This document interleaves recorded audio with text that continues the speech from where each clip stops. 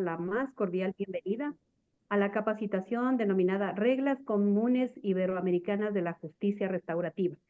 Saludamos la presencia del doctor Ricardo Morales Vela, Defensor Público General, del doctor Víctor Herrero, experto y consultor internacional, de los estimados defensores y defensoras públicas del Ecuador, de los señores asistentes legales, de los coordinadores y estudiantes de consultorios jurídicos.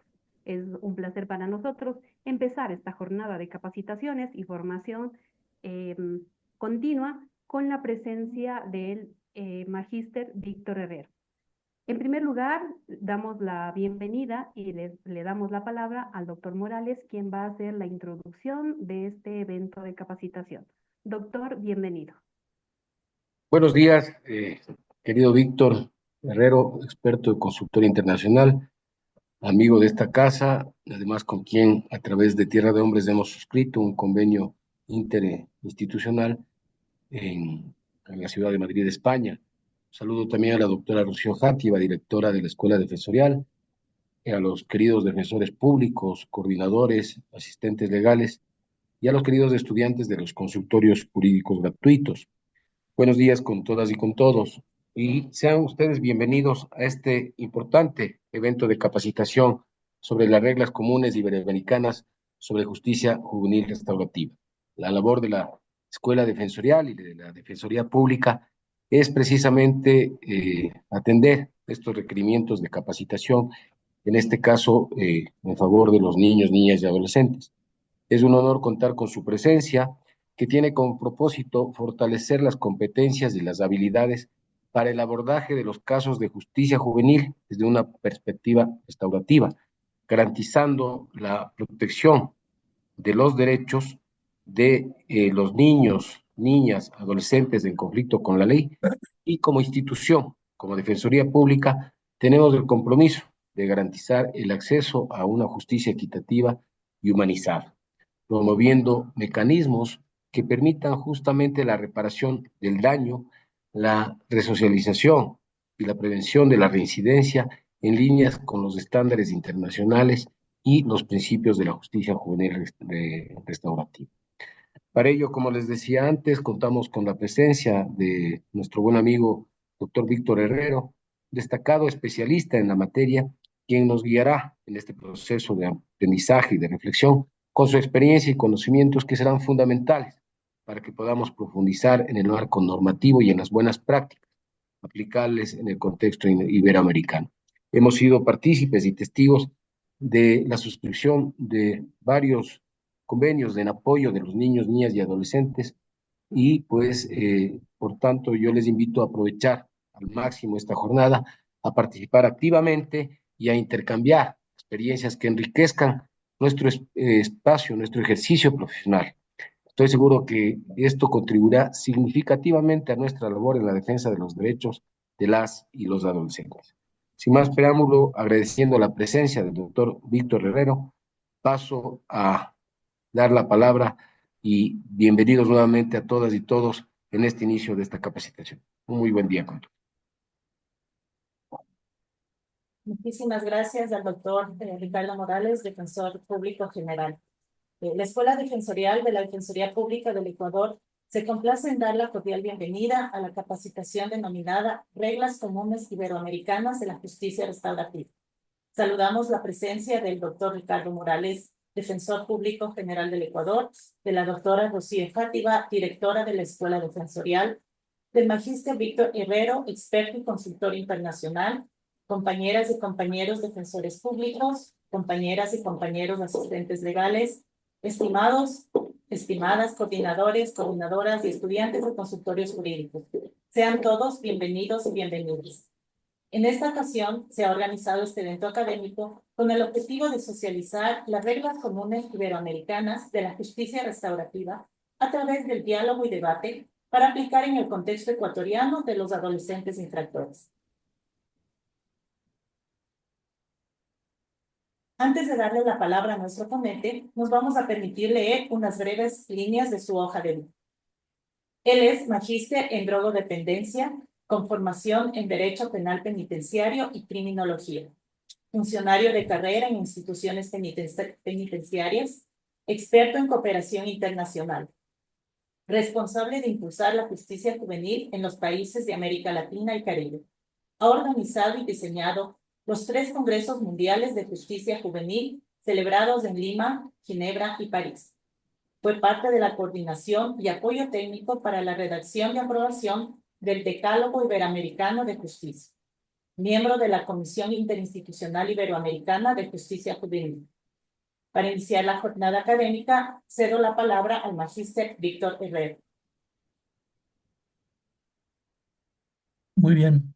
Buenas tardes. Primero, muchas gracias, muy agradecidos a la Defensoría, a mi estimado amigo y admirado doctor Ricardo Morales, que como ha comentado tenemos ya muchos años de batallas conjuntas en estas materias y tengo ahora el honor de tenerlo al frente de esta Defensoría magnífica de la que ustedes son parte. Y agradecerles a ustedes que me van a aguantar por estas hora y media largas, ¿no? de formación.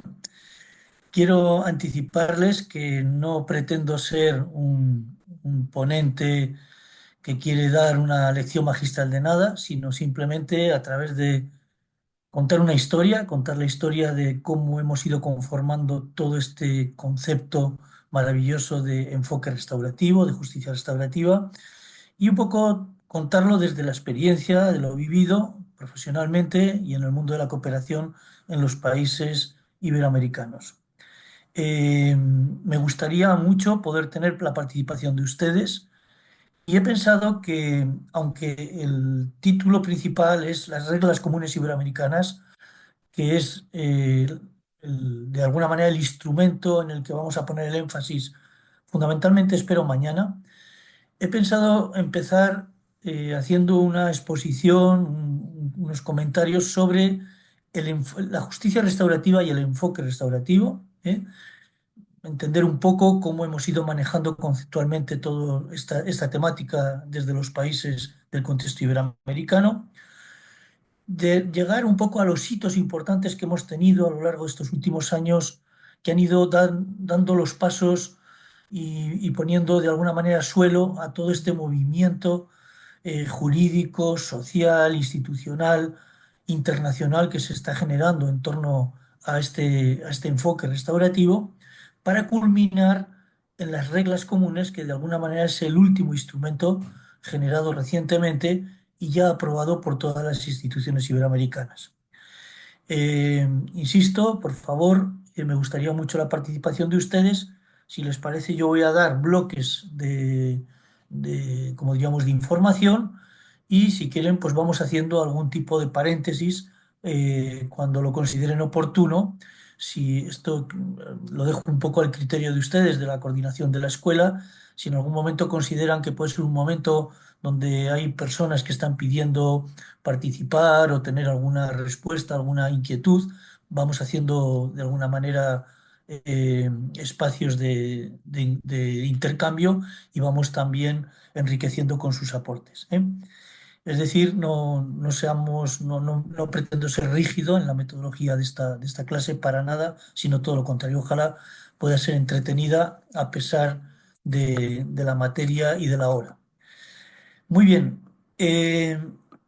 Dicho todo esto, quiero también hacerles un poquito, un breve recorrido. Me han presentado de manera, en una visión muy de currículum vitae, ¿no? De algunas cosas de mi pasado, pero sí que me gustaría hacerles un recorrido por este pasado profesional, porque de alguna manera todo lo que yo les voy a hablar a ustedes está basado, como les digo, en experiencia.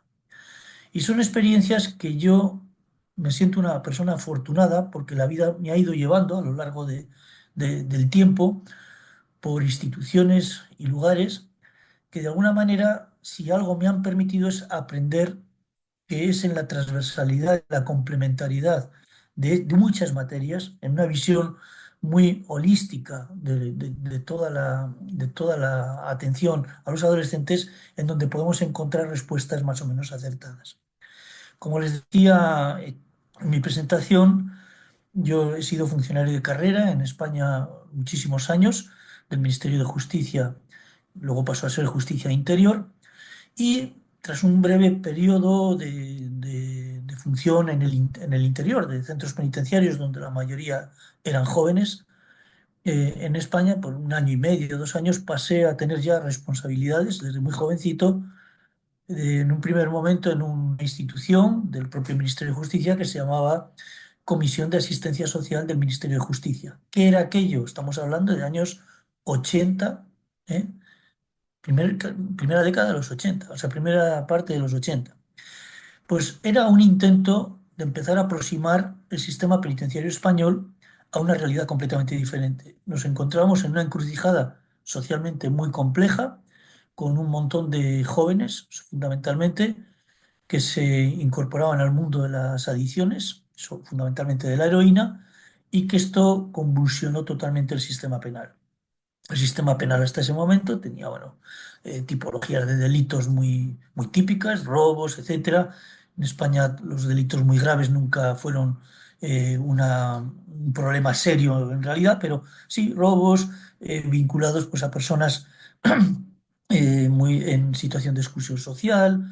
Rara vez veías alguna persona de clase de estatus alto en el sistema penitenciario o en el sistema penal, pero el mundo de la adicción de alguna manera transversalizó a toda la sociedad y ahí empezó a aparecer jóvenes de todo tipo y color y de todo estrato social con problemas de delitos cometidos por el problema de las adicciones. Y no eran delitos pequeños, eran delitos bastante serios, de atracos a gasolineras, joyerías, es decir, eran delitos muchas veces con violencia importante y luego más allá de todos los delitos relacionados ya con la propia adicción, violencia intrafamiliar, etcétera, etcétera. Bien. Este problema grave en el Ministerio de Justicia creo que fue un momento de inteligencia social en España colectiva, no siempre la hemos tenido, en la que de alguna manera sí que algunas personas, entre las que me cuento, empezamos a ver que era un drama ver entrar en las cárceles a toda una generación de jóvenes.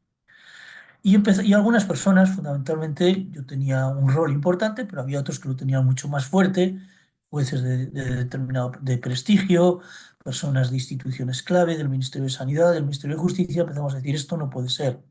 Podemos llenar las cárceles de jóvenes, pero no vamos a solucionar el problema de las adicciones. Y entonces empezamos a ver cómo el problema estaba en la adicción y cómo empezar a abordar desde distintas temáticas, desde la educación, desde la salud, etcétera, esos problemas de adicciones. Y también vimos claramente que teníamos que adaptar nuestra mirada del sistema de justicia y de las leyes a esa nueva realidad. Eso fue una época muy interesante, muy importante, en la cual me marcó totalmente porque realmente veíamos toda la faz de lo humano a través de los jóvenes en un sistema que, que era un sistema obsoleto, que era un sistema pensado en el retribucionismo puro, ¿no? Bien, a partir de ahí hubo ese trabajo, se fue ampliando y bueno, se hicieron avances muy importantes, y se empezaron a intentar adaptar las estructuras del Estado en esta materia penal penitenciaria, a generar nuevas lógicas de trabajo, a los perfiles de los funcionarios, etcétera, y fundamentalmente a identificar redes.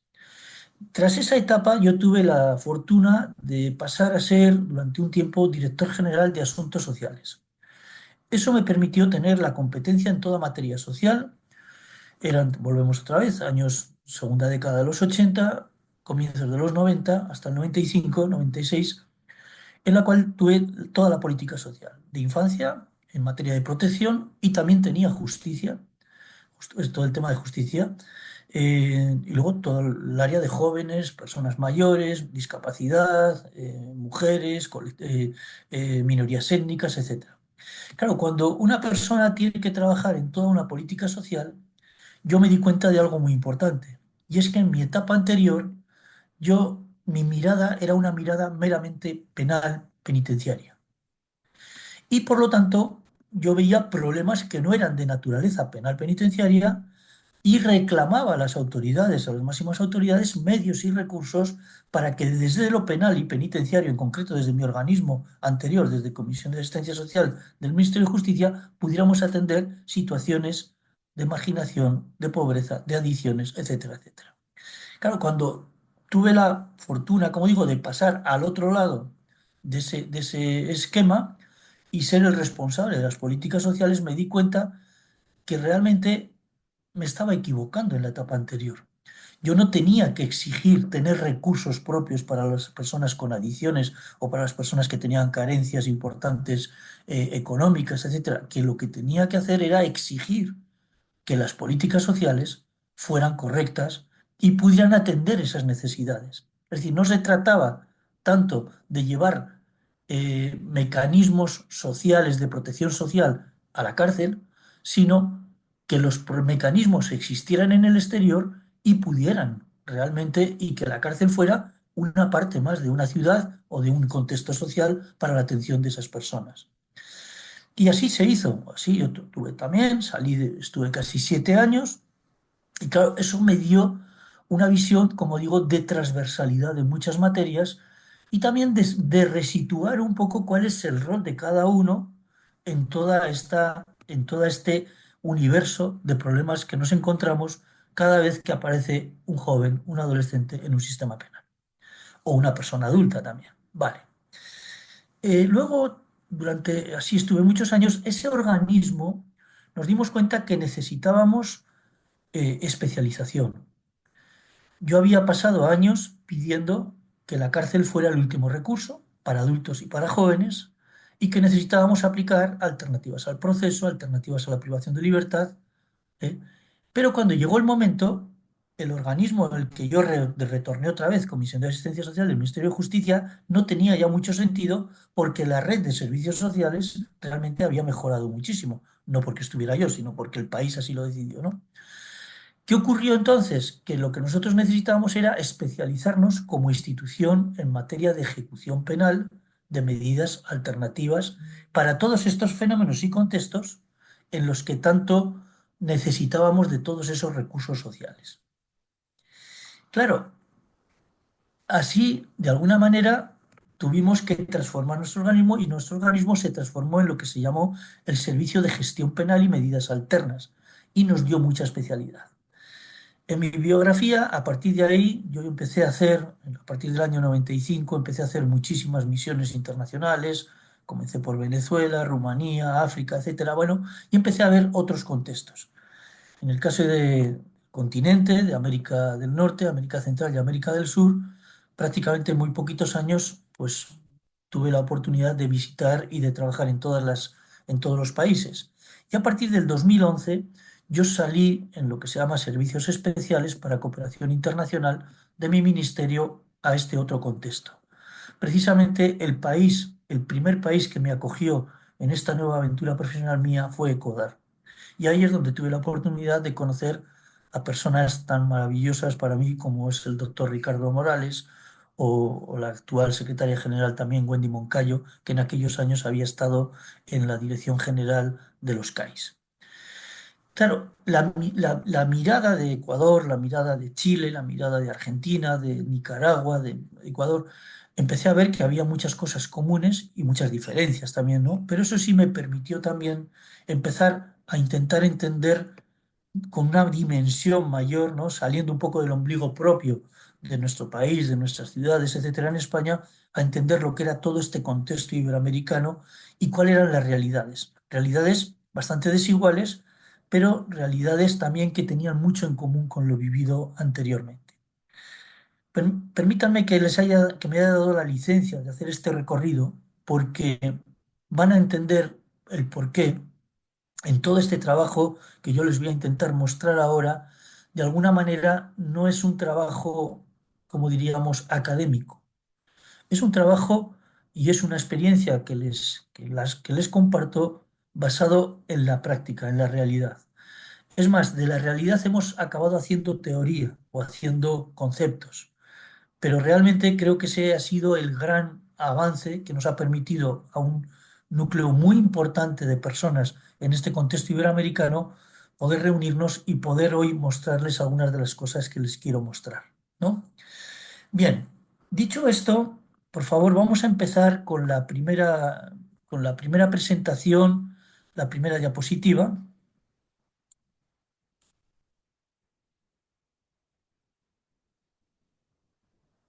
Vale, ¿lo tenemos? Sí, vale. Miren, cuando yo llegué a una organización suiza llamada Terre des Hommes, Tierra de Hombres, en Lausanne, en Suiza, allí me encontré pues con un montón de personas, compañeros, compañeras de trabajo de nivel internacional, todos muy expertos, todos éramos, bueno, súper expertos, ¿no? Permítame que les diga, lo digo en broma. En realidad yo creo que éramos todos bastante tontos en muchas materias.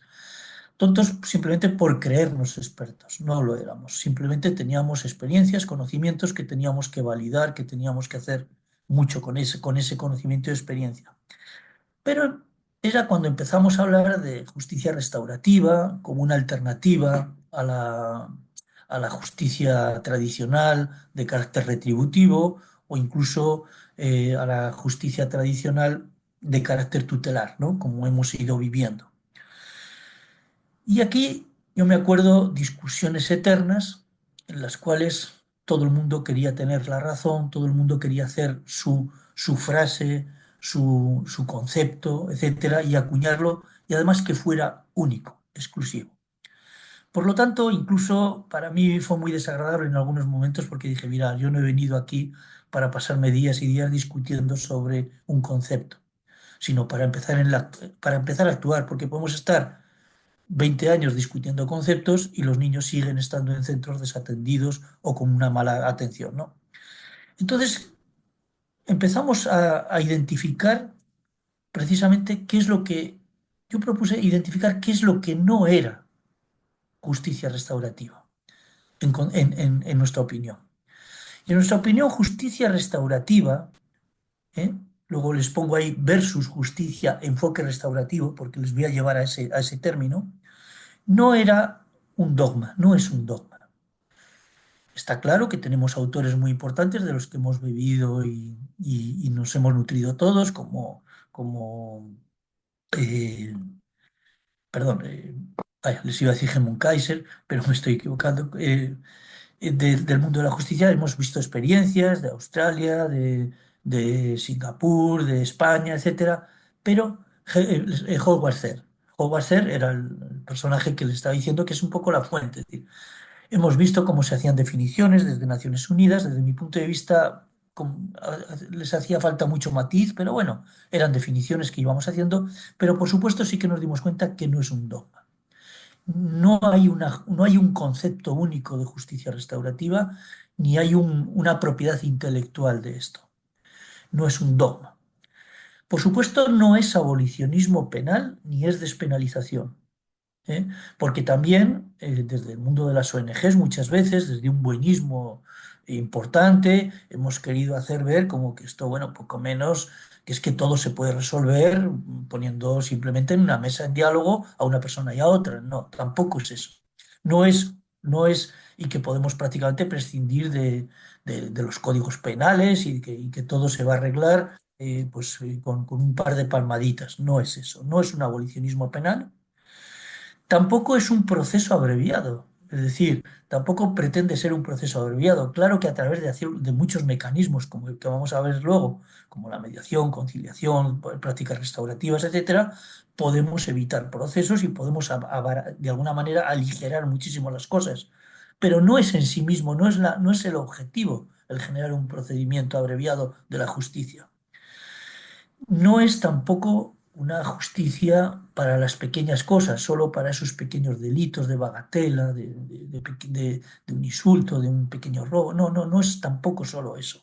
Es para eso, sí, pero no es solo eso y no es solo la mediación, porque en un primer momento se consideraba prácticamente, se hablaba de justicia restaurativa y se hablaba de mediación. Luego ya se hablaban de otras técnicas, como decíamos, como círculos restaurativos, o otras figuras como la conciliación, etcétera, pero no es solo la mediación. La mediación una instancia, una institución y un recurso maravilloso, extraordinario, que debiera de ser de primera instancia prácticamente, pero no es lo único. Vamos a intentar entender cómo el enfoque, la justicia restaurativa es mucho más. En definitiva, pasemos por favor un poquito Esta figura, que quienes trabajan con psicólogos la pueden ver y la utilizan mucho, nos ilustra, ¿no? Decir, señores, al final, muchas veces lo que estamos viendo, hay muchas maneras de verlo. En el mundo de la justicia, ustedes conocen perfectamente, yo he conocido por muchísimos años, cómo con el mismo delito, las mismas circunstancias,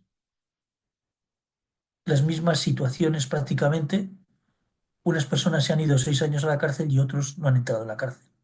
Es decir, ¿por qué? ¿De qué ha dependido? Pues ha dependido de cómo ha sido su defensa, de qué ha querido ver el fiscal, qué ha querido ver el juez, con la misma ley. Con la misma ley. Aquí no sucede lo mismo. Nosotros en este dibujo, unas personas ven una viejita y otras personas ven una joven. Cosas tan antagónicas, pero las vemos de forma diferente. La justicia restaurativa, pasamos entonces la diapositiva, efectivamente es una manera de ver el hecho penal, el hecho infraccional de un adolescente o de un adulto, en este caso también, y que muchas veces se ve dependiendo de la posición en la que estamos y dependiendo incluso de las circunstancias que tenemos alrededor, ¿no? Por lo tanto, continuamos. La justicia restaurativa, continuamos, por favor. ¿Eh? Es, es algo muy diferente. ¿Cómo empezamos a definir esto de la justicia restaurativa? Luego les diré en los hitos, en la siguiente exposición, en qué espacios fuimos concibiendo todas estas cosas, pero primero empezamos a hablar del concepto de responsabilidad. Es decir, como no es una justicia blanda, claro que estamos hablando de que si un adolescente comete un delito, hay una responsabilidad. O sea, no estamos hablando de personas irresponsables, estamos hablando de responsabilidad, pero no responsabilidad en un concepto exclusivamente penal, sino responsabilidad como proceso educativo, como proceso de empatía con la víctima, de identificación con el daño causado, es decir, de ver que eso no puede repetirse otra vez. El concepto de responsabilidad es lo que todos los seres humanos hemos ido haciendo a lo largo de nuestra vida, sobre todo de niños, adolescentes, a adultos, el ir siendo responsables, desde un concepto pedagógico, educativo, y de trascendencia hacia los demás. Por supuesto, esa es una de las patas, de las grandes patas de este enfoque o de esta justicia restaurativa, ¿no? También hablamos de las víctimas, pero las víctimas no solo como esas personas que habían sido olvidadas prácticamente en el proceso penal, que eran el convidado de piedra del proceso penal, sino las víctimas como sujetos también de derechos y de situaciones. Y por lo tanto, en nuestro actuar, en esta visión holística de la justicia con enfoque restaurativo o restaurativa, teníamos que entender a la víctima en toda su dimensión y entender cuáles son los intereses legítimos de las víctimas.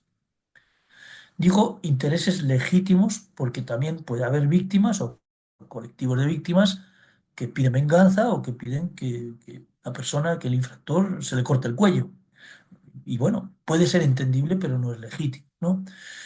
Pero si es legítimo, pues todo lo demás, el que no se les revictimice, el que se les ayude, el que se les apoye, el que se les distancie incluso en un momento determinado o el que se les permita en un momento determinado incluso participar en un proceso de mediación, ¿no? Las víctimas son pieza clave de todo este nuevo entramado conceptual de la justicia con enfoque restaurativo, por lo tanto. Tenemos la comunidad, que es la otra gran pata. Pero volvemos a lo mismo, no podemos hacer conceptos simplistas de comunidad. Muchas veces vemos la comunidad como ese lugar en el que la persona, en este caso el adolescente, ha de retornar. Cuando muchas veces somos conscientes de que ese entorno es el mismo que le trajo al delito. Es decir, la comunidad es ese entorno en el que hay que trabajar, en el que hay que contar con ella, con todos sus recursos, los recursos que son de las instituciones, educación, salud, que decíamos antes, deporte.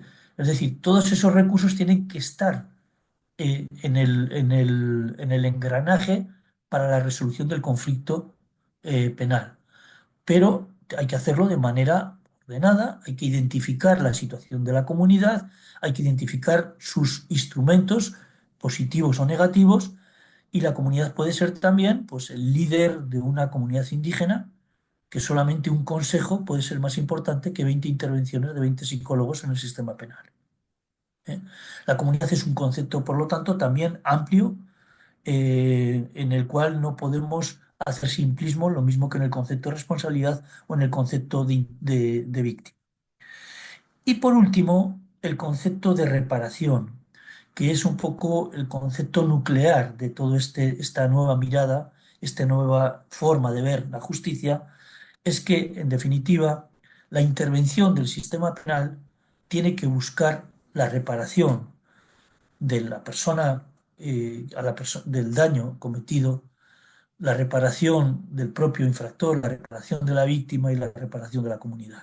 Por lo tanto, también es un concepto muy amplio. Puede ser directa, una reparación directa, indirecta. Es decir, el concepto de reparación es un concepto mucho más amplio que el concepto de reparación entendido simplemente como a veces pagar una indemnización a una víctima, ¿no?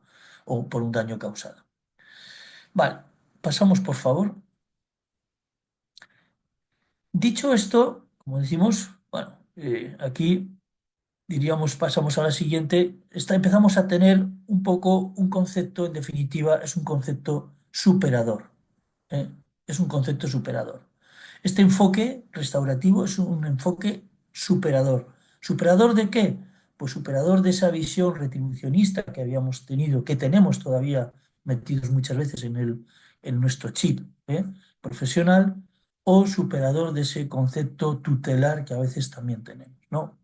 Por lo tanto, vamos a través de estos nuevos mecanismos, de esta nueva mirada, vamos a intentar superar esa visión de acción-reacción, de delito-pena. Vamos a intentar que el Estado no responda con otra agresión, sino que responda a través de mecanismos que permitan esa reparación, y vamos a intentar evitar la estigmatización de víctimas y de victimarios. Eso es importantísimo. Y dicho esto, claro, decimos, bueno, ¿y todo eso dónde lo tenemos? ¿Dónde lo encontramos?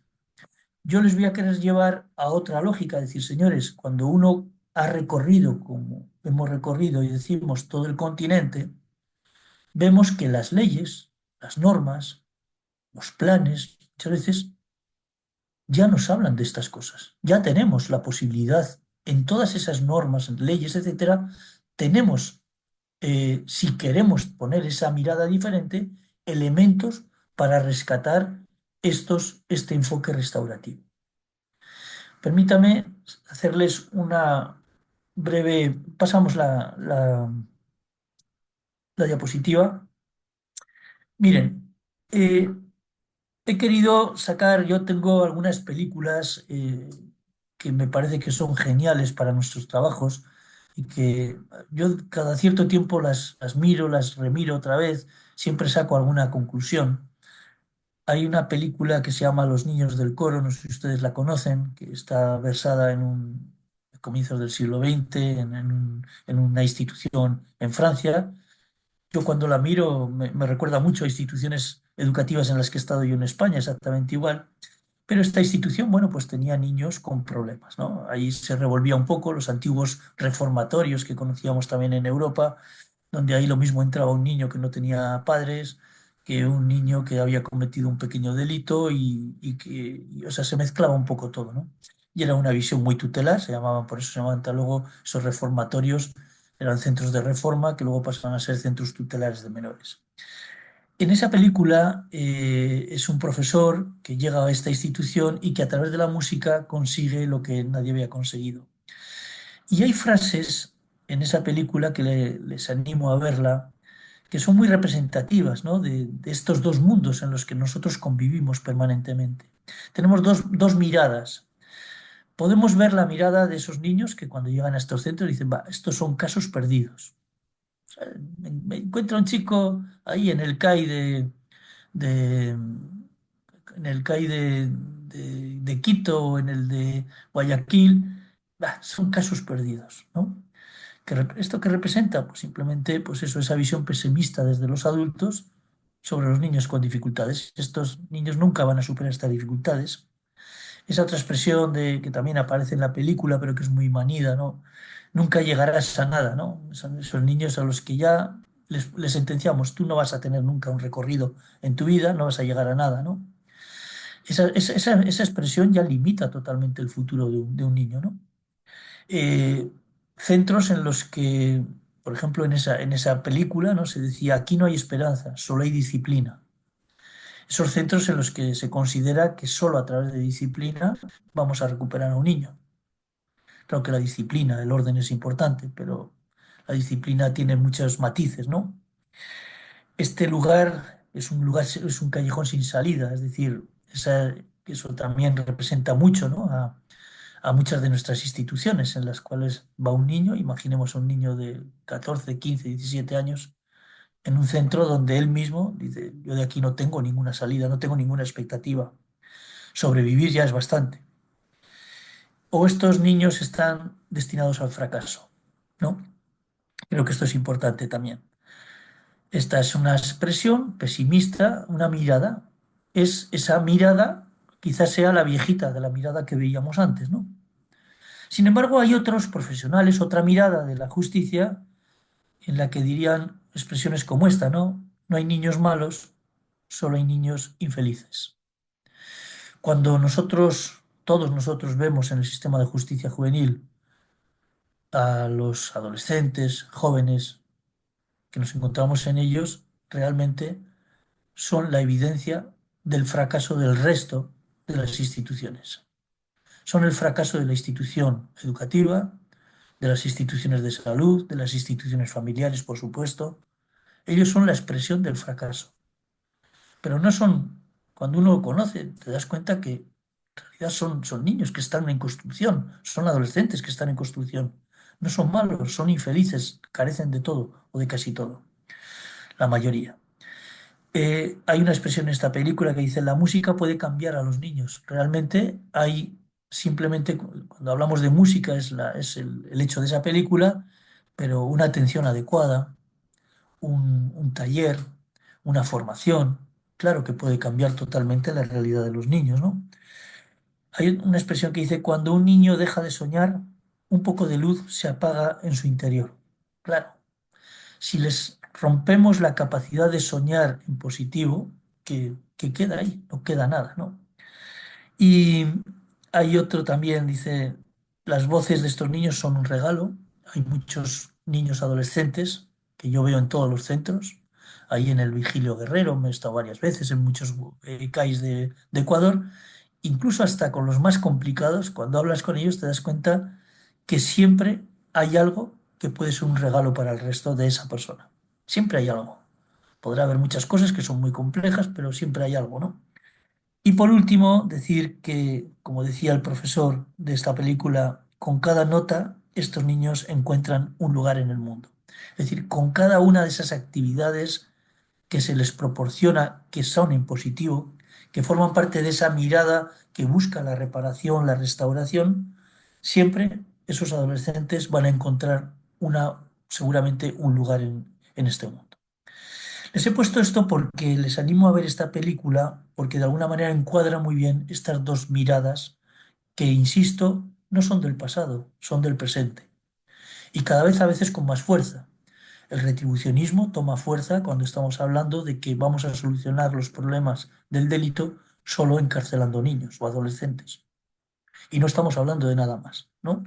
Cuando en realidad todas las leyes que nos rodean, absolutamente todas, y todas las instituciones están creadas para algo completamente diferente.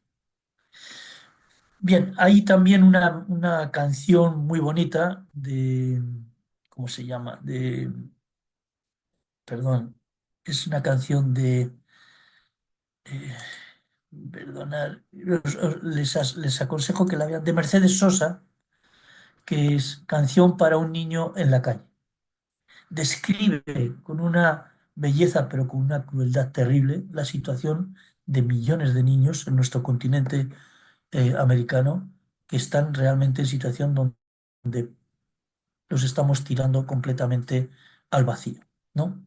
Bien, dicho esto, vamos a continuar un poco con este enfoque restaurativo. Vamos a continuar. Fíjense que hablábamos antes de justicia restaurativa, he puesto en un momento determinado versus enfoque restaurativo.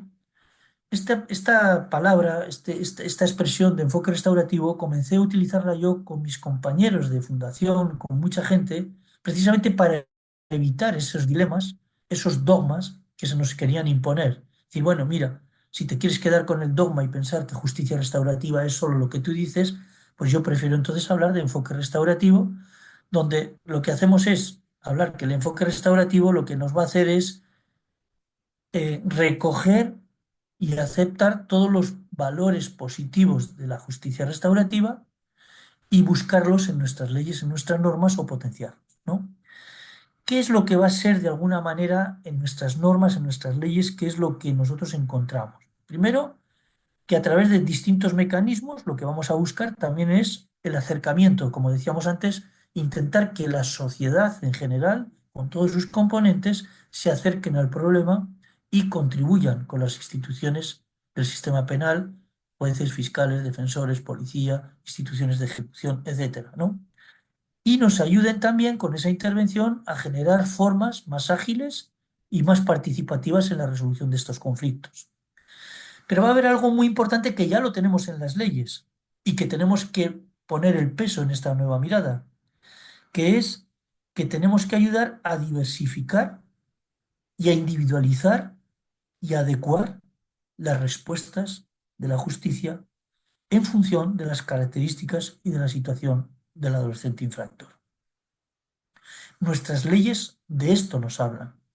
Nuestras leyes nos hablan de que tenemos una serie de diversidad de medidas que tendremos que utilizarlas de acuerdo al problema. Siempre pongo el ejemplo del sistema sanitario. ¿Imaginan ustedes un sistema sanitario en cualquier país que ante una epidemia de gripe les llevaran a todos los enfermos de gripe a la unidad de cuidados intensivos del hospital? Ese sistema se hundiría en el primer segundo. El sistema sanitario escala y gradúa la intervención y la atención en función de la necesidad de la salud. Y a quien tiene un tumor cerebral le pueden poner un tratamiento de quimioterapia y a quien tiene un dolor de cabeza le dan una aspirina. Eso es lo que no está pasando en nuestro sistema penal, ni en adolescentes ni en adultos. Las leyes nos hablan de graduación, nos hablan de diversificación y nos hablan de individualización. Pero sin embargo, lo que hacemos es hacer una tabla rasa y prácticamente todo lo consideramos grave y todo lo tratamos con el encarcelamiento, con el encerramiento, con el internamiento. Por lo tanto, esta es una mirada, una de las partes importantes de este enfoque restaurativo. Continuamos, por favor. Algo importante del enfoque restaurativo es que el enfoque restaurativo, como decíamos antes, no es solo para las cosas pequeñas, no es solo para evitar un proceso penal y no es solo para hacer mediación. Todo lo anterior puede ser una prioridad, como vamos a ver, pero no es solo eso. El enfoque restaurativo lo podemos llevar a todas las fases del proceso penal y afecta a todas las instituciones que forman parte de este proceso. Lo podemos llevar a la fase de investigación, de instrucción, de enjuiciamiento, de ejecución e incluso de salida o de reinserción. Por supuesto, están implicados todos, desde el propio adolescente, su familia, su comunidad, defensorías, fiscalías, juzgados especializados, instituciones educativas, instituciones sociales. Estamos todos implicados en esto. ¿Eh? Es decir, es algo muy transversal. Y también, cuando uno va al espíritu de las leyes que manejamos, en ningún momento ninguna de estas leyes nos prohíbe tener esta mirada. Es más, la mayoría de nuestras leyes nos animan a tener esta mirada de transversalidad y ¿cómo diríamos?, de amplitud de mirada, es decir, de no ser reduccionistas a la hora de pensar que solamente podemos hacer algo con un adolescente cuando su delito fue pequeño o cuando podemos simplemente evitar un proceso penal. No es así. Continuamos. Por lo tanto, hay principios en el enfoque restaurativo que, como decimos, que están ahí en nuestras leyes, que los utilizamos hasta la saciedad y los manoseamos hasta la saciedad, pero que rara vez los aplicamos realmente con diligencia. El principio de interés superior, el principio de oportunidad, el principio de flexibilidad, el principio de intervención mínima, el principio de proporcionalidad, el principio educativo. Tenemos muchos principios que forman parte de nuestros corpus jurídicos, que sí, que los escribimos, los ponemos, pero luego no los aplicamos. Y si los buscamos, lo vamos a ver. Porque claro, cuando decimos interés superior, oiga, ¿y cuál es el interés superior de un niño? ¿Quién lo determina? Jurídicamente lo determina un juez al final, sí, que es el interés superior. Pero un juez no tiene la capacidad de ver cuál es el interés superior. Un defensor público tendría que argumentar cuál es el interés superior de un niño. Y el fiscal debería de entenderlo. Pero para eso van a necesitar a profesionales de psicología, de sociología, etcétera, que les ayuden a entender el contexto del niño y cuál puede ser su interés para convertirlo en informes y en defensa o en aplicación de una medida que sea la medida idónea. No es el mejor defensor el que más niños o adolescentes pone en libertad, ni es el mejor fiscal el que acusa más y consigue más condenas, más sentencias condenatorias. Será el mejor fiscal, el mejor defensor y el mejor juez el que consiguen entender el problema y entre todos unos proponer y otros determinar y otros hacer cumplir las medidas más idóneas. Por lo tanto, esto es muy importante. El principio de oportunidad, pues el principio de oportunidad lo tenemos en todas nuestras leyes. Podemos aplicar el principio de oportunidad para evitar un proceso penal, incluso para evitar la sentencia, ¿eh? E incluso también en fase de ejecución podemos seguir aplicando el principio de oportunidad. El principio de flexibilidad, las leyes relacionadas con la adolescencia permiten que un juez pueda ir validando, viendo la evolución de un adolescente y modificando la medida en función de esa evolución. Tristemente, en Ecuador hubo una reforma penal que privó de esa revisión, ¿eh? Salvo, creo que con un tiempo cumplido. Eso es algo que debiera de revertir, porque eso rompe totalmente la esencia de la justicia especializada de jóvenes. No se trata de que cumplan tiempos, se trata de que cumplan objetivos. Y un adolescente biológicamente cambia para bien o para mal, y cambia mucho más rápido que un adulto. Si la intervención es buena, volvemos a lo mismo, el sistema penal y el sistema sanitario. Es como tener imaginemos un adolescente que tiene un cáncer, un tumor o una leucemia, lo llevan a un hospital, lo cuidan en cuidados intensivos, luego pasa a planta especializada, etcétera, y se cura. Y el médico le da alta, pero nos empeñamos en que no, en que siga en el hospital. Dice, oiga, pero si ya está bien. No, no, pues que siga en el hospital, porque yo un día dije que tenía que estar mínimo 5 años. Es decir, estas cosas las tenemos en las leyes, pero no las estamos aplicando en corrección. Continuamos, por favor. Entonces, como vemos, el enfoque restaurativo promueve la diversificación de las respuestas penales y genera, a su vez, mayor proporcionalidad en dichas respuestas. Promueve la coordinación entre el sistema penal, entre las distintas instancias del sistema penal, entre defensores, fiscales, jueces, etcétera. Es algo importante. No somos compartimentos aislados. Tenemos la obligación de entender la situación, por un lado, desde la perspectiva de cada enfoque profesional, pero también desde la perspectiva colectiva. De esto, como verán mañana, vamos a hablar mucho en las reglas comunes, ¿no?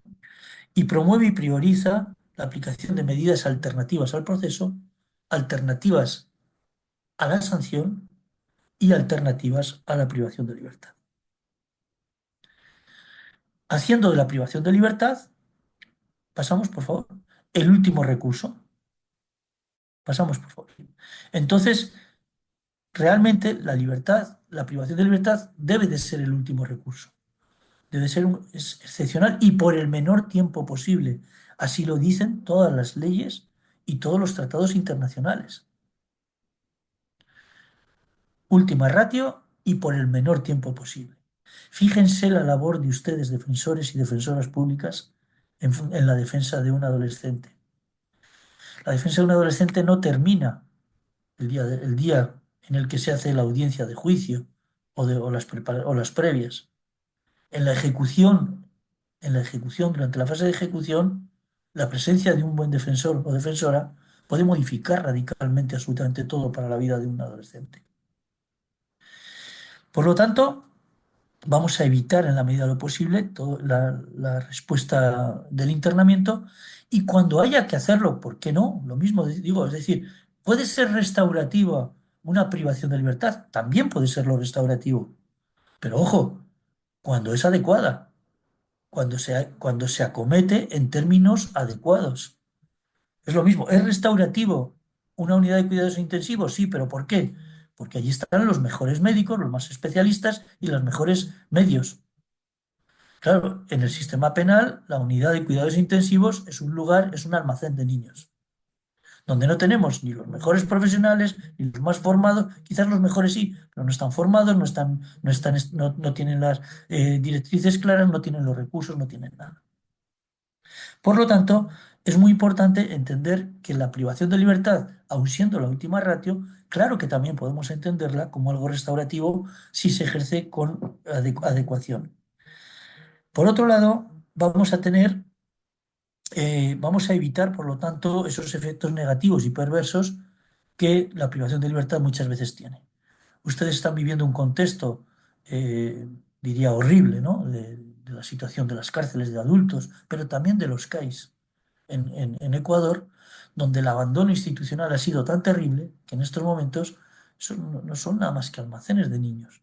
Claro que hay un esfuerzo importante, siempre institucional, de funcionarios, de personas concretas, por salir de esa situación, pero realmente los centros hoy no están cumpliendo esa función. Por lo tanto, vamos a promover esas medidas alternas y todo lo demás, ¿no? Bien.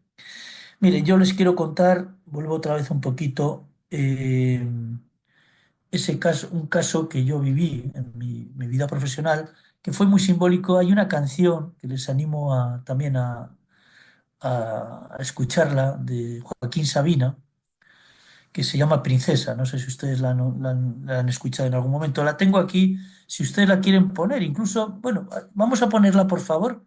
No sé si se oirían en el resto de los... Igual no se escucha en el resto, pero si se escucha, la podemos poner, por favor. Abra ese link y así hacemos un poquito de cambio de tono.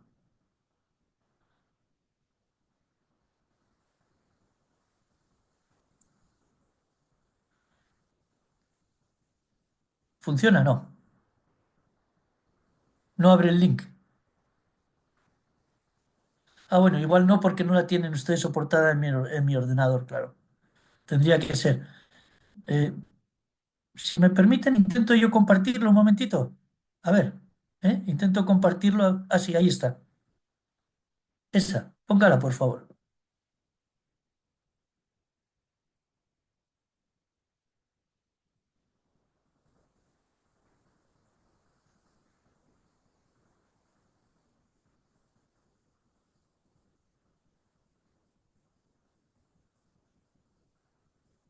No se oye.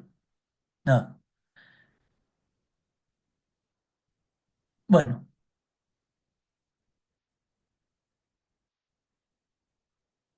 no, no se oye. Qué pena. Bueno, pues entonces continúo. ¿Me escuchan? ¿Me escuchan? Sí. Bueno, entonces continúo yo. Qué pena, les animo, como yo les voy a dejar este material les vamos a dejar para que luego ustedes lo tengan después de la clase. Yo les animo a escuchar de nuevo esa canción para quien la haya escuchado ya, quien no la haya escuchado, que la escuche. Es la historia de una chica, de una joven que yo conocí aquí en Logroño, en la ciudad donde yo vivo en España, en esos años en los que estaba como director de la Comisión de Asistencia Social del Ministerio de Justicia y en la que intentábamos retorcer las leyes para poder sacar a esos jóvenes de las cárceles a centros terapéuticos que rara vez teníamos también, ¿eh? Pero que se intentaba. Esta joven, bueno, era una conocida de Joaquín Sabina y bueno, pues estaba en el mundo de las drogas exactamente igual que la mayoría de ellos, ¿no? Arián. Y esta joven, pues bueno, entró en una dinámica, pues como mucho, como la mayoría de ellos, de problemas muy serios, de atracos, de problemas de drogas, de adicción, de sobredosis, etcétera. Pero esta joven salió adelante porque el sistema, a pesar de ser muy precario en aquellos años, a pesar, como decimos, de buscar alternativas que no teníamos, ni legales, teníamos que retorcer la ley, buscar un artículo que era, me acuerdo todavía, el 93 bis del Código Penal, donde una interpretación muy amable podía un juez sacar a una persona de la cárcel en vez de tenerlo en la cárcel y nosotros asumir responsabilidades que tampoco teníamos en aquellos momentos, etcétera, para su seguimiento y control y todo lo demás, pero se consiguió. Bueno, esta es una expresión, cuando ustedes vean esa letra, pues van a ver un poco la realidad de muchos de nuestros jóvenes. Es decir, la mayoría de nuestros jóvenes, cuando uno hurga y conoce sus historias, sus vidas, pues nos vamos a encontrar esto y que va a depender mucho de cómo responde el sistema a la salida o no digna de estos jóvenes de esos problemas tan serios y tan graves. Bueno, continuamos entonces, por favor. Continuamos con la siguiente diapositiva.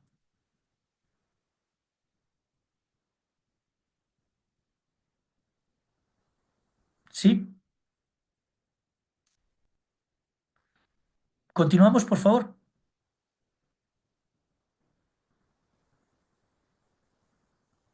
¿Me escuchan? Hola. ¿Me escuchan, por favor?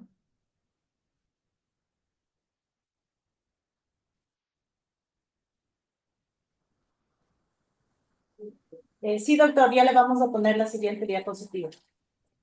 Sí, vale, gracias.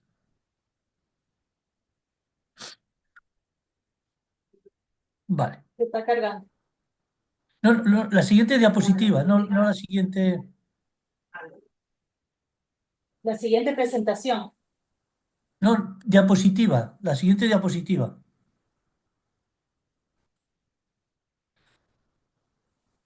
Ah,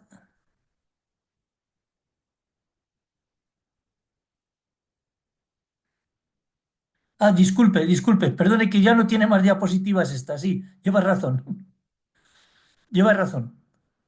Vamos a poner la siguiente presentación. Sí, ya le ponemos, doctor. Sí. Bueno, mientras tanto, mientras nos ponen la siguiente presentación, quería preguntarle si alguien de los asistentes quiere hacer alguna pregunta, alguna reflexión relacionada con esta primera parte de esta exposición.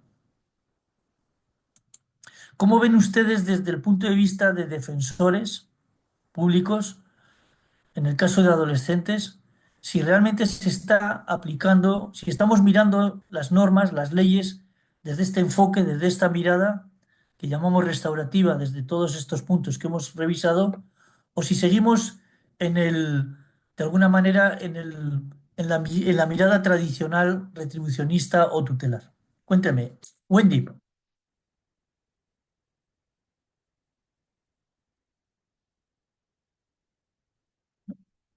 ahora, tiene apagado el micrófono. Igual están apagados los de todo el mundo.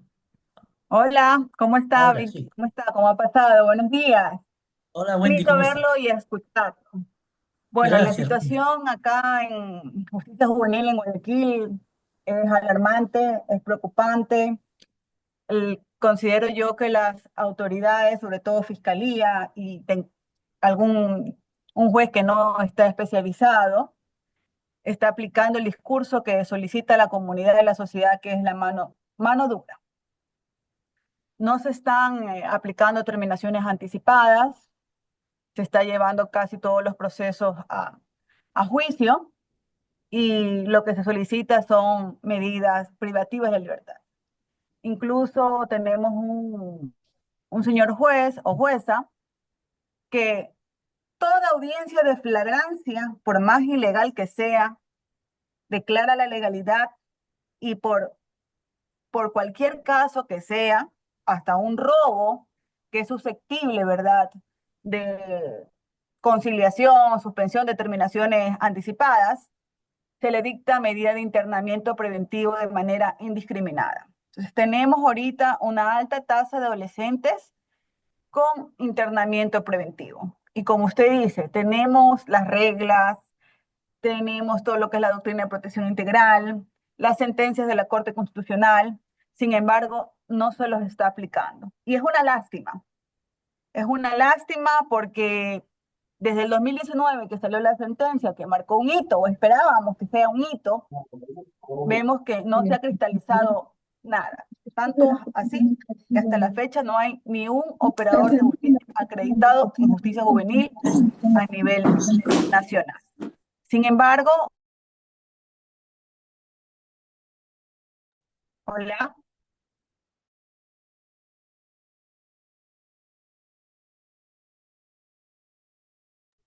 Un momentito, doctora, ya le hola, habilito.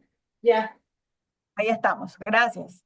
Sin embargo, como defensores, seguimos en nuestro rol, argumentamos, alegamos, presentamos los informes. Acá en Guayaquil contamos con 2 trabajadoras sociales, 2 psicólogos, no tenemos sociólogos, no tenemos psiquiatras, pero es muy importante los informes que dictan estos profesionales, por lo menos al momento de alegar y solicitar, ¿verdad?, que se apliquen las terminaciones anticipadas. Eso es lo que le puedo indicar, Víctor, un gusto verlo, y esa es la realidad que está pasando en este momento acá en Guayaquil. Deme su número. Gracias, Wendy. ¿Alguna palabra más? 49.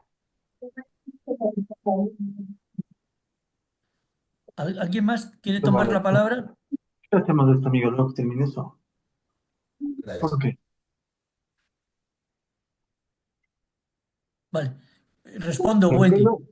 Doctorcito, buen día. Mira, A ver, verá, dentro de los contratos de arriendo, ya sean de forma verbal, o sea, de forma escrita, como en este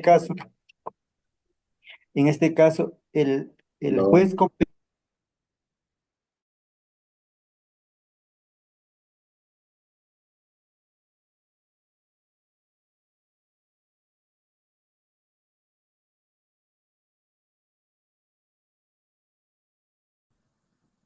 Hola.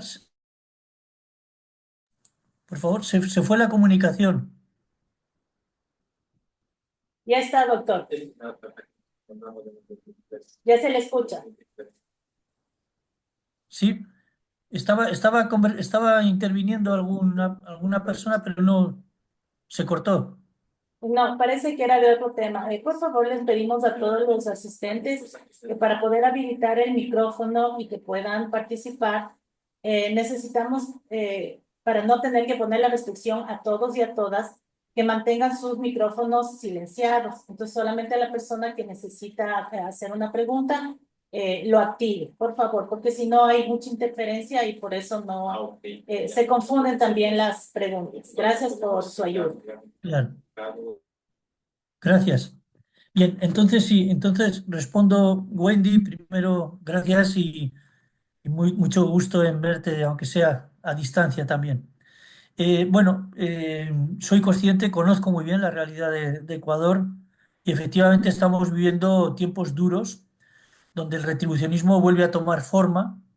Es triste, pero no nos debiéramos de cansar de repetir lo que profesionales que llevamos tantos años, y ustedes, muchos de ustedes también los llevan, y que están en el día a día de las situaciones, estamos viendo, ¿eh? Porque no hay nada peor que de alguna manera no poder por lo menos contrastar otras visiones y otras realidades. Como yo les decía, he participado durante muchos años también en cooperación internacional en Centroamérica con el tema de las mares. Vamos a ver ahora también un poco de este tema. Y allí ya se ensayaron, es decir, no es nuevo, ya se ensayaron las políticas de mano dura, superdura, tolerancia cero, etcétera. Vale. ¿Qué ha ocurrido con esas políticas? Que como son políticas solo de norma y nada de intervención, pues estamos fregados. ¿Por qué? Porque eso no soluciona el problema. Vamos a ver además cómo en el caso de adolescentes, estamos hablando donde es uno de los problemas gravísimos que estamos identificando ya todos los que nos movemos en este tema, de que la mayoría de los adolescentes además, ellos no son los jefes del delito. Ellos son instrumento útil para el delito de la criminalidad organizada. Entonces es muy fácil desde un mensaje político hablar de encarcelar a niños, cada vez más niños, por más tiempo, sin abordar realmente el problema de la criminalidad organizada, que son los que están captando a la mayoría de estos niños precisamente por su situación de indefensión. Y donde además, desde el momento que estamos llevando a estos niños a paladas a centros de internamiento, los estamos poniendo todavía más al servicio de esta criminalidad organizada. Es decir, les estamos facilitando el trabajo a la criminalidad organizada. Porque almacenar niños en centros, donde además transitan muchas veces entre adultos y jóvenes por cuestión de edad o por cuestión de delitos cometidos en ambas jurisdicciones, lo que estamos haciendo es, como digo, poner en bandeja al crimen organizado materia prima, que en este caso son niños o adolescentes. Por lo tanto, creo que es nuestra obligación seguir insistiendo y seguir denunciando que esta situación no se va a arreglar así.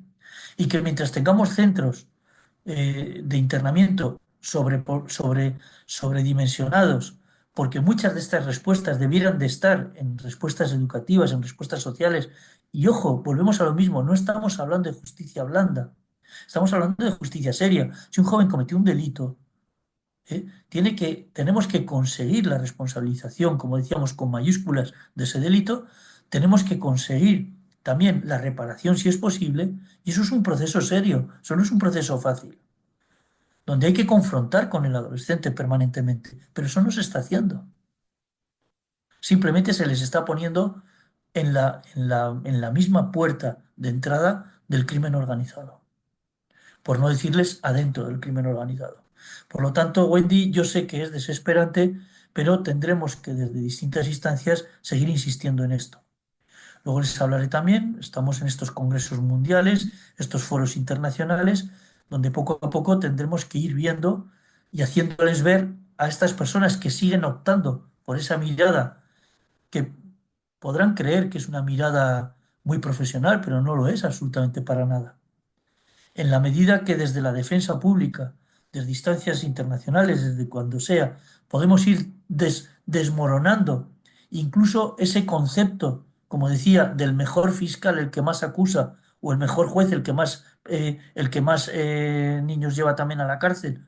No, esos conceptos hay que irlos desmoronando y rompiendo, porque no es cierto. Desde el punto de vista jurídico, si un adolescente que ha estado en un estado extremo de necesidad, o que tiene una adicción, o que tiene una enfermedad mental, una esquizofrenia, cualquier cosa, o que simplemente está siendo víctima de una criminalidad organizada, desde el punto de vista exclusivamente jurídico, hay mil posibilidades de aplicar atenuantes y eximentes, y de aplicar medidas que, buscando la idoneidad de la medida, no sería nunca la que se está tomando. Es decir, cuando un proceso es realmente mal hecho y no se ponen todos esos argumentos sobre la mesa porque nadie lo hace o porque no se exigen, pues entonces es muy complicado. Yo creo que ustedes tienen una función principal en todo esto y por lo tanto, quizás esta formación, insisto, no pretendía hacer academia de nada, pero sí seguir reforzando, de que esto es un compromiso internacional, que no es una cosa de cuatro locos que podamos estar por ahí pregonando algo, sino que es un tema que, como vamos a ver ahora en la siguiente exposición, que la voy a intentar hacer lo más rapidita posible, es un consenso ya internacional donde hay compromisos explícitos de autoridades, en este caso ecuatorianas.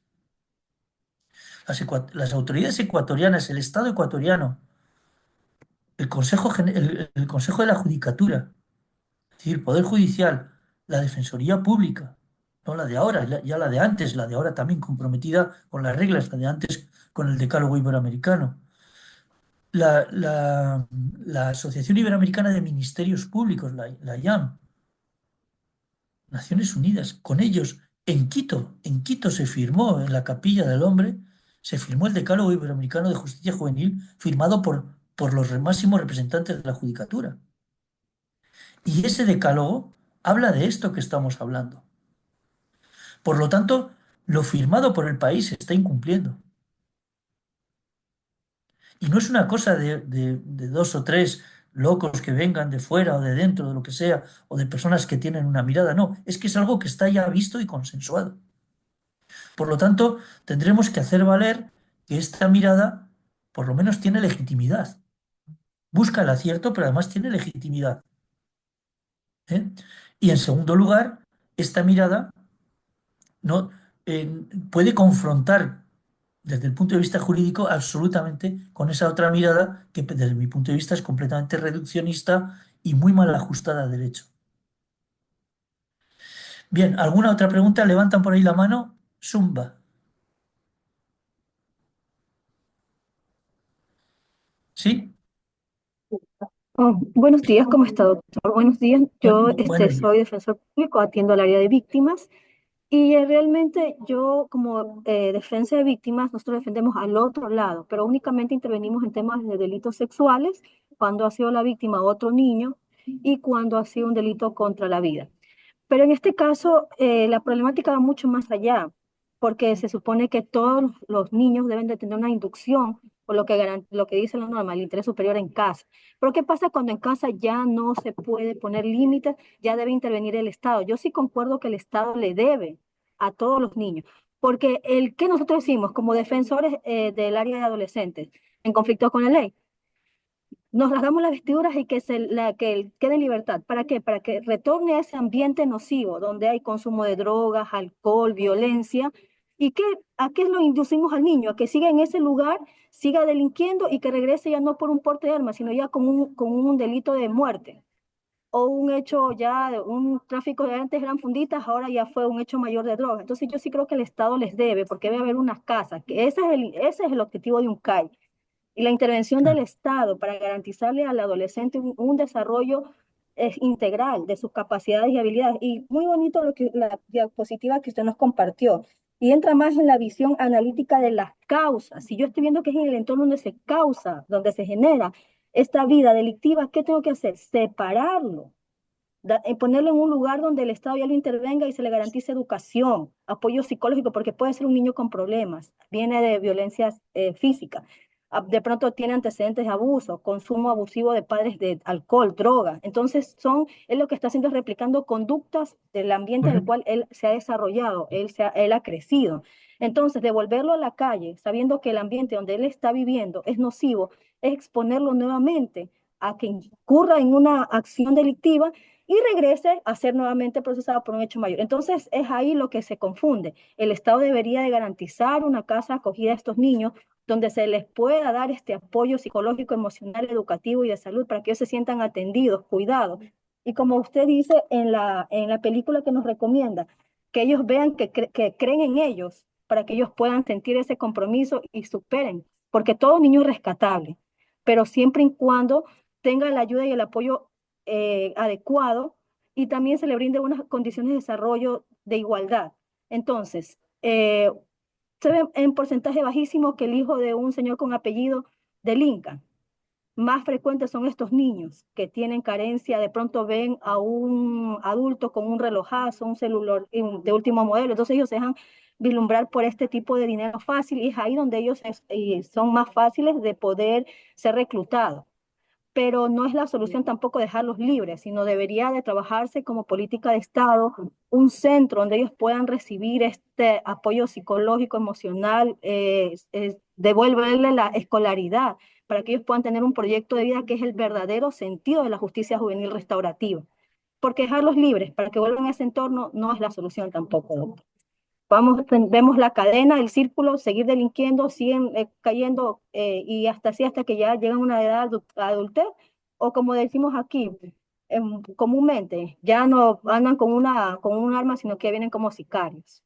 Entonces, y también el otro enfoque, nosotros como víctimas, ¿qué vemos? Un niño o una niña vulnerada en su sexualidad. Nosotros sabemos que de pronto estos hechos sexuales se cometen en espacios cerrados, por lo general son miembros del núcleo familiar. El adolescente ya fue estudiando a su víctima para victimizarlos en su sexualidad. Entonces no es tampoco como que un hecho inducido o un hecho, como podemos decir, sino que ya es algo con voluntad propia. Incluso hubo estudio de cómo victimizar, buscar el espacio cuando no hayan, porque sí, el 90% de las víctimas del delito sexual el agresor es un adolescente, miembro del núcleo familiar o un círculo cercano. Entonces, estudia estos espacios para poder ejecutar esta victimización. Entonces, por eso nosotros cuando hacemos o ejercemos defensa como víctima, nosotros tenemos que también se concientice que el adolescente, claro, que él ejecutó una acción, que él necesita una reestructuración primero en su educación sexual y también en su adopción de reglas de conducta. Y no podemos decir que solamente podemos hacer una terminación anticipada y que ya la víctima quedó total, o sea, que ya con una reparación y la víctima la estamos minimizando. No. Entonces yo también creo que no es lo mismo estar frente a un hecho de un delito sexual contra un robo del celular, porque el robo del celular se hace la terminación anticipada, cualquier tipo de, o se resarce con un teléfono nuevo en sus mismas características y está. Pero a un adolescente de 11, 9 o un niño de 5, 4, 3 años, yo no le puedo devolver la dignidad ni por una Claro. reparación integral elevada, o que tampoco se debe permitir en justicia juvenil restaurativa.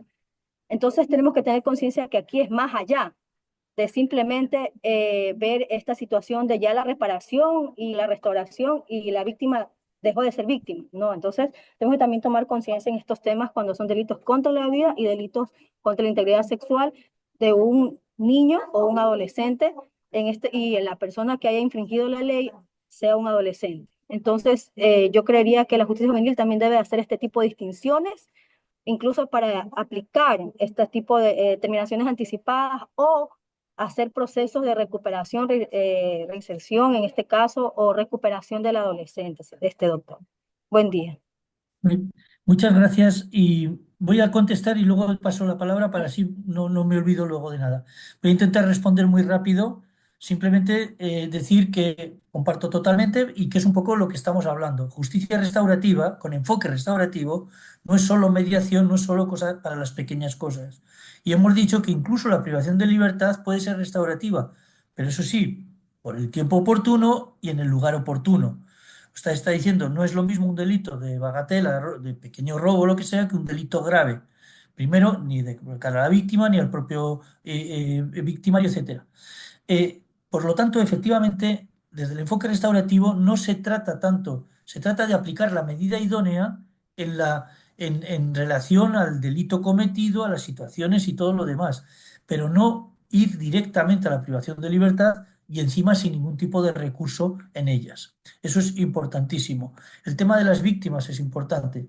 Las víctimas, incluso en la ejecución penal, por ejemplo, de una medida de adolescentes, se puede estar perfectamente haciendo ejecución, como los CAIs la institución que ejecuta, debiera estar haciendo ejecución desde la mirada de las víctimas. Por ejemplo, no es lo mismo hacer cumplir a un joven que cometió un delito grave una medida de seguridad, una libertad vigilada en el entorno cercano a una víctima que quedó atemorizada y que no ha superado su problema, que hacerlo en una distancia y muchas veces ni siquiera se fijan si está cerca o no la víctima, ¿no? Y algo muy importante con esto también es decir que no se trata, o sea, la justicia con enfoque restaurativo es algo serio, como decimos. No se trata de aplicar muchas medidas alternas al proceso, suspensiones del proceso a prueba o medidas alternas. Se trata de aplicarlas bien. Se trata de aplicarlas bien. Una medida alternativa mal aplicada, sin un seguimiento, etcétera, es lo más antirrestaurativo que hay. ¿Por qué? Porque el adolescente acaba percibiendo la impunidad. Sí, claro, pero ¿qué mecanismos existen en estos momentos de atención en el exterior de los adolescentes que necesitan una terapia en adicciones, en delitos sexuales, en lo que sea? Ninguna. ¿Qué mecanismos de seguimiento y control hay sobre esos adolescentes? Ninguno. Entonces, ese es el error. Es que las palabras no llenan las cosas. Hablar de medidas alternativas es más bonito que hablar de privación de libertad. Pero las medidas alternativas son buenas cuando se aplican oportunamente y bien. Y el éxito se mide en en la reiteración de de los delitos. ¿Eh? Entonces, comparto con usted y bueno, continuamos, por favor. José Dierte. Gracias, estimado doctor Herrero. Indudablemente, y a todos los compañeros que están conectados, profesionales del derecho y que forman parte inclusive de los consultorios jurídicos gratuitos de las universidades públicas y privadas del Ecuador. Indudablemente, doctor Herrero, el tema suyo es un tema muy importante, que no solamente debe ser analizado en una o dos o tres charlas que hace la Escuela Defensorial a través de la Defensoría Pública del Estado. En algún momento nosotros habíamos manifestado como coordinadores de consultorios que debería ser la Defensoría Pública quien abandere una lucha profunda de transformación del sistema legislativo y penal de nuestro país. Doctor, esto no este es un problema de ahora, esto es un problema que ya estamos llegando a los 20 años. Desde el mismo momento que se despenalizó y ciertos delitos se los tituló como de menores cuantías. Desde ese mismo momento comenzó un proceso, porque eso fue cuando los sicarios de ahora tienen 20 años, tenían 5 o 6. Entonces ellos consideraban que esos delitos de arranchar un teléfono, de robarse algunos animales dentro de una casa, y si ese valor, y si ese robo que habían hecho no pasaba de cierta cantidad de dinero, pues era una contravención y no podría ser sancionado, peor aún si no había una denuncia. Entonces yo sí considero, estimado doctor, de que la justicia restaurativa, que es el tema principal que usted nos está dando, versus justicia con enfoque restaurativo, es un tema muy importante, créamelo, que llega hasta el fondo del alma si nosotros como profesionales del derecho queremos cambiar la historia de lo que nos está pasando.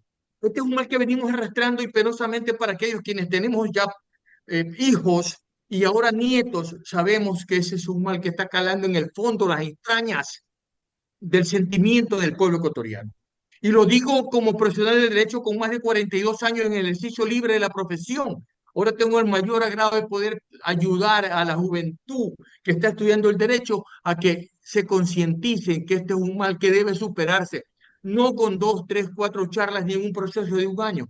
Este es un proceso que nos ha hecho daño 20 años y si queremos cambiar el estigma en la que se nos ha llegado de que tan penoso que niños de 11, 12, 13 años se hayan vuelto sicarios, que hayan sido secuestrados por la delincuencia organizada transnacional que no era nuestra.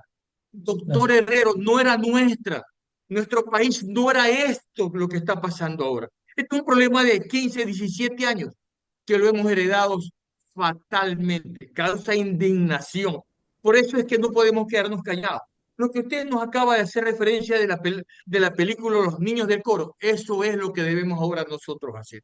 Porque si usted observa que el final de la película, que eso es un impacto y un mensaje final. Los Niños del Coro es una película emotiva que resalta la importancia de la educación basada en el amor y en la confianza. Demuestra cómo el maestro puede cambiar vidas y cómo el arte, especialmente la música, puede ser un vehículo de esperanza.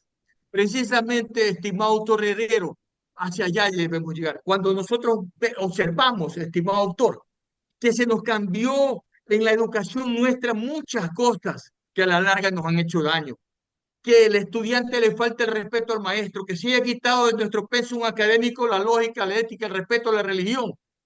Ahora ya un niño no puede decirle nada al maestro o el maestro al niño porque es separado. Yo me recuerdo a mí, mi maestra me jalaba las patillas y no pasaba nada y tampoco me frustró ni me causó ningún trauma. Yo le vivo agradecido a esa maestra que me reprendió en su momento, porque fue como una segunda madre. En todo caso, yo sí invito.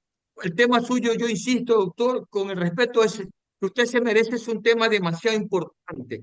Dentro del marco conceptual del enfoque restaurativo, ¿qué no es? Oiga, esa frase, ¿qué no es con signo de interrogación?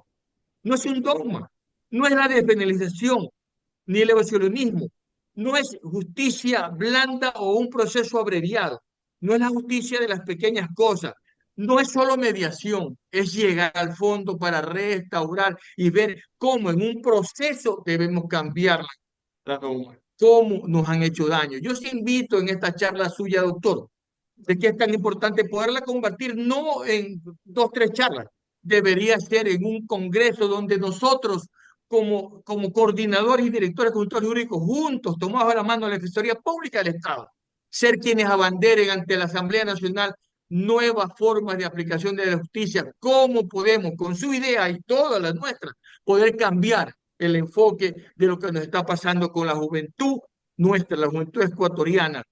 Haber permitido el ingreso sin estigmatizar a ningún joven ni a ninguna persona en ningún país, pero haber permitido el ingreso de tanta gente que viene con otra costumbre, con otra forma de aplicación de justicia, donde sin duda fue contemplativa, como está pasando ahora con nuestra justicia, pero eso tiene que cambiar, doctor. Gracias por esta charla que nos está dando. Quienes conocemos el derecho sabemos la importancia de lo que usted nos está dando como iniciativa, como charla dentro de la Escuela Defensorial. Muy agradecido y seguiremos aquí con usted y esperamos que esto sea un buen resultado y que la Escuela Defensorial y la Defensoría Pública, con el director nacional, pueda tomarlo de otra manera mucho más amplia, doctor. Creamos que yo considero que es el sentimiento total de quienes hacemos la justicia y quienes hacemos o aplicamos el ejercicio profesional libre. Mejor aún cuando estamos frente a un consultorio jurídico, donde hacemos y tratamos de hacer asesoría y hacer patrocinio gratis con una justicia plena, doctor. Gracias y continúe, le devuelvo la palabra. Gracias, doctor José Diarte. Y bueno, compartimos un poco, efectivamente, esto es algo serio, volvemos a lo mismo, ¿no? No estamos hablando de buenismo penal, estamos hablando de algo serio, donde efectivamente, como comentaba también nuestra compañera anterior, estamos hablando de problemas que son muy estructurales, estamos hablando de niñez y adolescencia y juventud, estamos hablando de fenómenos transnacionales de delito, de organización, de delito criminal, donde están utilizando a los adolescentes, donde muchas veces incluso ese concepto de víctima y victimario están totalmente unidos. A veces muchas veces claro que son victimarios de delitos, pero son víctimas absolutamente del abandono, de la desidia, incluso en los propios procesos penales, de no querer ni siquiera analizar realmente, ni siquiera desde el punto de vista jurídico, como digo, la realidad de esa situación. Por lo tanto, tenemos que defender que tenemos instrumentos legales y que para que el Estado reaccione efectivamente y esa comunidad en toda su integralidad vaya poniendo resortes para que el problema estructural se anule y podamos ir poniendo los resortes para que también los jóvenes y los adolescentes que ya están inmersos en estos procesos puedan salir adelante. Bien, e insisto, esto no es una cuestión de 4 locos, sino de un movimiento importante. Yo voy a empezar esta diapositiva siguiente, pero voy a quedarme un poquito en la tercera o la cuarta porque hoy ya no les quiero cansar más y mañana continuaríamos junto ya con las reglas comunes que van a seguir hablándonos de todo esto. Yo quiero hablarles de que todo esto que yo les estoy hablando, no, como digo, no es una construcción individual de cuatro consultores o algunas personas académicas. No, no, no lo es así. Ha habido hitos en los últimos años muy importantes que nos han llevado hasta aquí. Vamos a ir pasando, por favor. ¿Cómo hemos ido haciendo un consenso, que lo hay iberoamericano, en el que Ecuador hay que exigir que sus autoridades están en ese consenso, aunque luego veamos reacciones completamente diferentes? Miren, vamos a pasar un poquito, por favor. Vamos a pasar un poquito. Mire, hace muchos años, en Tegucigalpa, en el 2008, yo ya trabajaba con el tema de las maras y pandillas en Centroamérica, un fenómeno que ustedes conocen bien también y que ahora lo viven en carne propia a través de todo este fenómeno de bandas en el Ecuador, que, como bien acaban de decir, son bandas transnacionales. Es decir, es un fenómeno importado. Yo hace muchos años, cuando veía el fenómeno en Centroamérica, dije, señores, es que además esto, si no se ataja, si no se trabaja bien, va a fluir por todo el continente. Tristemente, somos a veces profetas y así ha sucedido.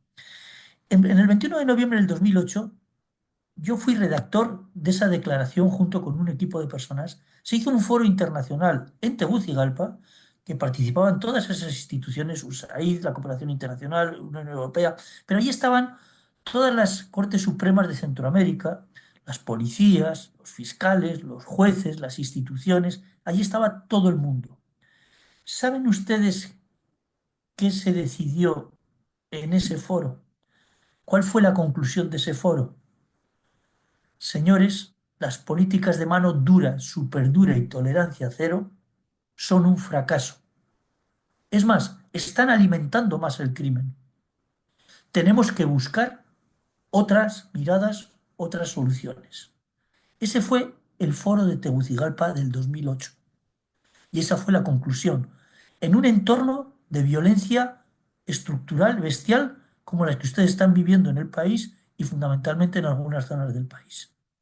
Todavía muy estructurados, o sea, uno conocía muy bien, conozco muy bien, al final uno analizaba toda la estructura de las maras, crimen organizado y la estructura del Estado, y era de risa.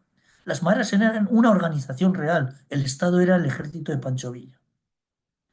Continuamos, por favor. Después hubo otro foro importante que fue precisamente, bueno, hubo un congreso mundial, ¿eh?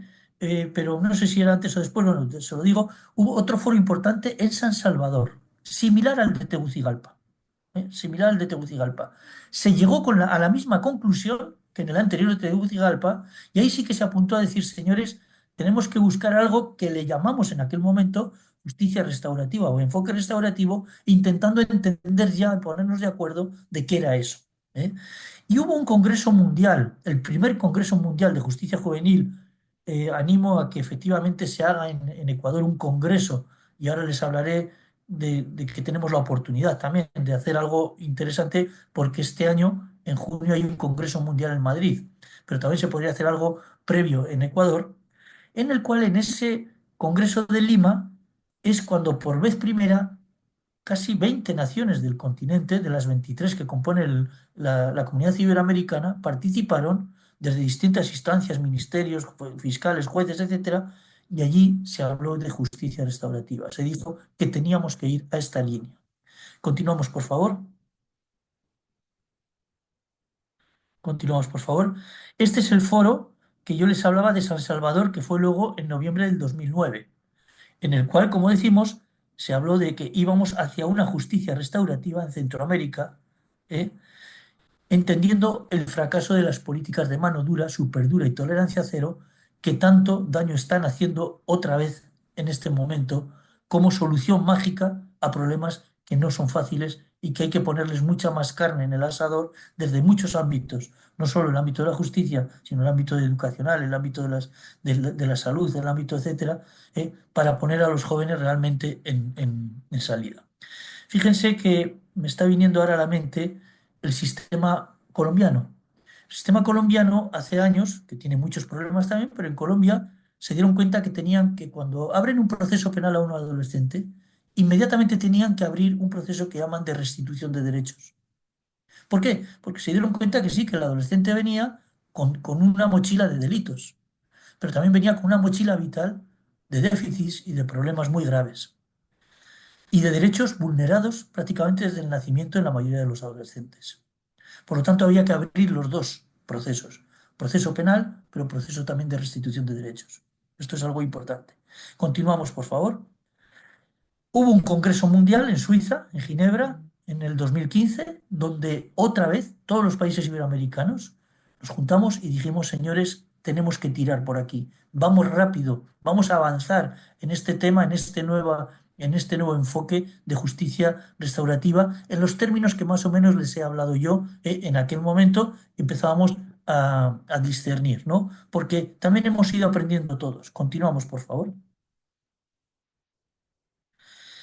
Luego, a partir de ahí, se decidió realmente utilizar las instituciones iberoamericanas. Saben que hay un foro político importante que es la Comunidad Iberoamericana, que hay unas instituciones iberoamericanas que están ubicadas en Madrid, con una Secretaría General Iberoamericana y con distintas instancias especializadas iberoamericanas, donde partimos desde la reunión de jefes de Estado y de Gobierno de la Cumbre Iberoamericana de la Cumbre Iberoamericana, a la CONGIB, la Conferencia de Ministros de Justicia, la IAN, Asociación Iberoamericana de Defensorías Públicas, la Cumbre Judicial Iberoamericana o la IDEF, a la que ustedes pertenecen desde Ecuador también. Estas instancias iberoamericanas al final son un entramado institucional muy importante que entendimos que podían ayudarnos a vehicular y a estructurar este nuevo enfoque. Y así lo hicimos. Empezamos a trabajar en Cartagena de Indias en lo que se llamó la Declaración Iberoamericana de Justicia Juvenil. Esta Declaración Iberoamericana de Justicia Juvenil, que tenía ese trabajo, era representativo de 23 países, España, Portugal, Andorra, más todos los países del continente de habla hispana y de habla portuguesa, el Brasil. Empezamos a trabajar en este concepto de justicia restaurativa y se generó una declaración iberoamericana. Hubo varios encuentros, pasen por favor para que lo vean, pero no voy a detenerme mucho. Cartagena de Indias, Antigua Guatemala, tuvimos varios encuentros y culminó en la declaración iberoamericana que firmaron todos los ministros de justicia, pasen por favor, todos los ministros de justicia en República Dominicana. Esos ministros de justicia firmaron esa declaración en la cual habla de otra manera, pero de todo lo que yo les he hablado ahora. Y lo firmaron ellos.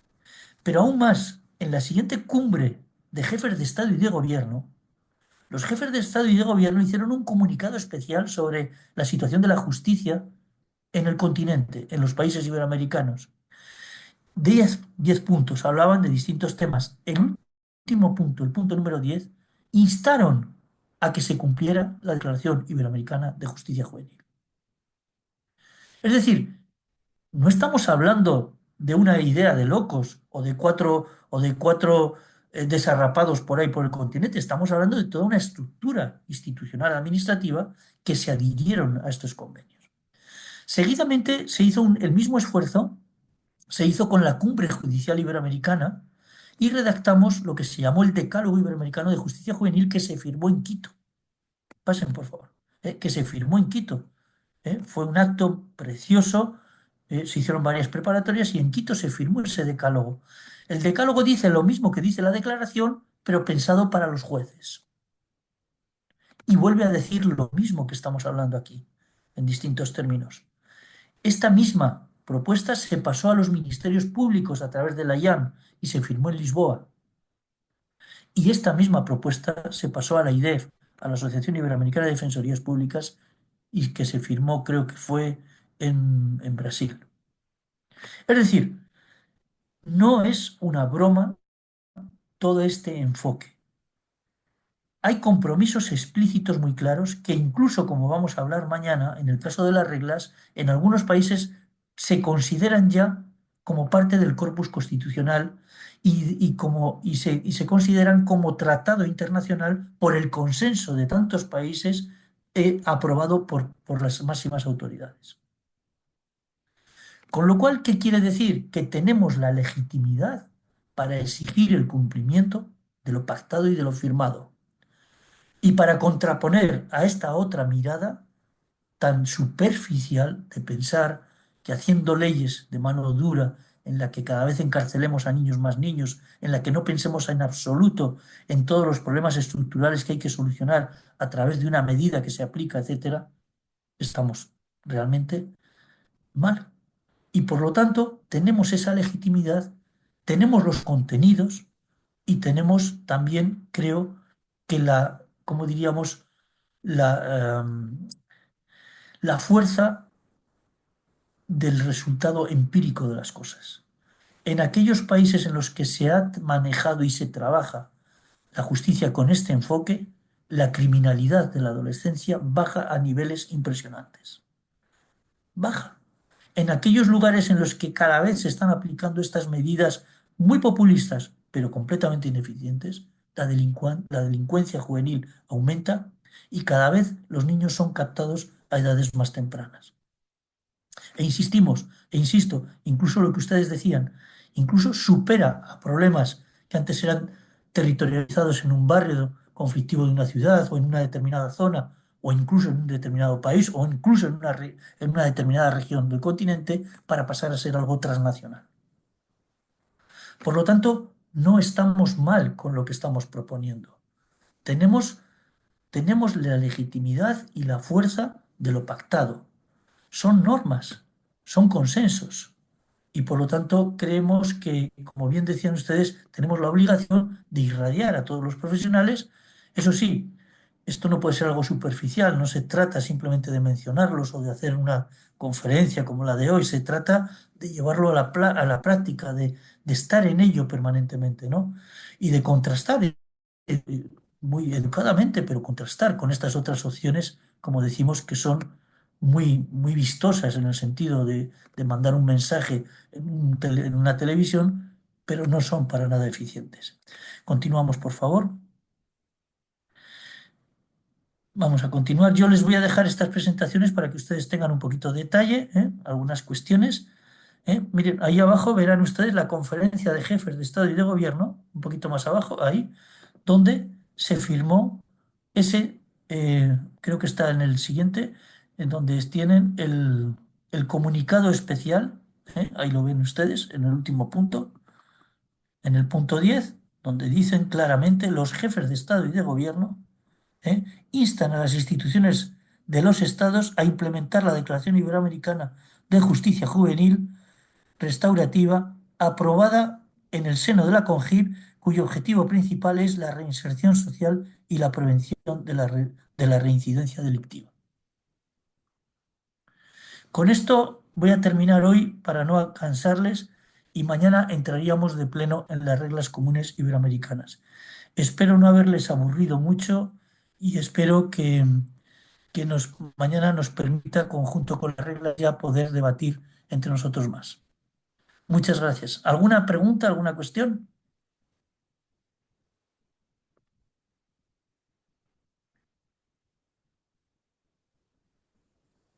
¿No tienen? Bueno, hay un mensaje nuevo, perdón. Bien, pues entonces, muy agradecido por escucharme y con esto terminaríamos la exposición de hoy. Ahí, agradecemos la importante intervención del magíster Víctor Herrero. Le recordamos también que esta capacitación quedará grabada en la página de YouTube de la Escuela Defensorial para su revisión. Si no hay más preguntas para el magíster. No, disculpe, solamente decirles que les van a pasar a ustedes el material, estas presentaciones, y también les paso dos materiales. Es un documento que redactamos entre una doctoranda en Ginebra y yo, relacionado con toda esta temática, y también las propias reglas comunes iberoamericanas que se las pasaremos mañana tras la exposición que hagamos. Muy bien, muy bien, bien, bien. En un Muchas momentito les voy a gracias. volver a enviar el link. Entonces, les invitamos también a que nos acompañen el día de mañana para la segunda parte de este evento de formación. Les recordamos que deben registrar su asistencia el día de hoy y también el link del día de mañana. A nombre de la Escuela Defensorial, de la Defensoría Pública del Ecuador, les agradecemos a todos los presentes, así como al facilitador del día de hoy por su valiosa participación en esta jornada de aprendizaje. Y les esperamos el día de mañana. Les envío nuevamente el link. Va a estar abierto también 15 minutos más del link para que puedan registrarse. Bueno, Hasta mañana. a nombre Muchas de la gracias. Escuela Defensorial de la Defensoría Pública, les agradecemos un agradecimiento especial a nuestro ponente, a nuestro experto, el doctor Víctor Herrero.